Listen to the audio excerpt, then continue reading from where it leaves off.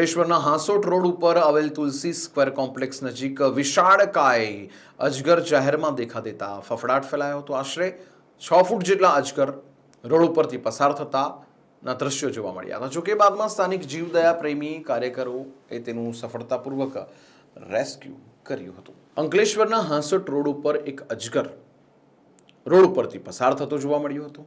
અજગરને જોઈ સ્થાનિક લોકોમાં ફફડાટ ફેલાયો હતો। કેટલાક લોકો રોડ પરથી પસાર થતા અજગર કોઈ વાહન વ્હીલ નીચે કચડાઈ ન જાય તે માટે વાહનોને થોભાવવાના પ્રયત્નો કર્યા હતા।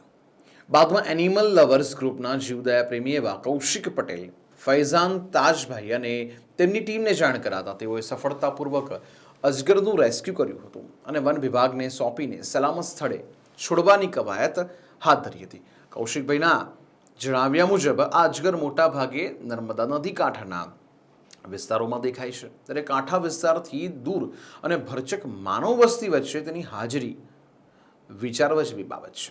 હાલ તો એનિમલ લવર્સ ટીમે અજગરનું રેસ્ક્યુ કરી તેને વન વિભાગને સોંપી હવે તેને તેના અનુકૂળ વાતાવરણમાં છોડી મૂકવામાં આવશે।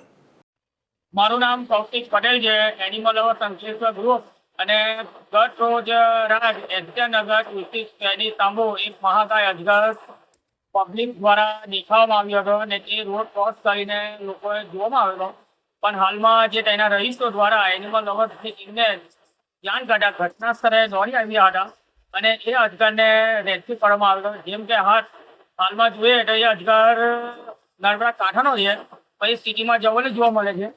જે અજગર રોડ ક્રોસ કરીને આવ્યો એ જ લોકોએ વિચારવાનું કહ્યું કે આજે આ અજગર આવ્યો કાઢીએ।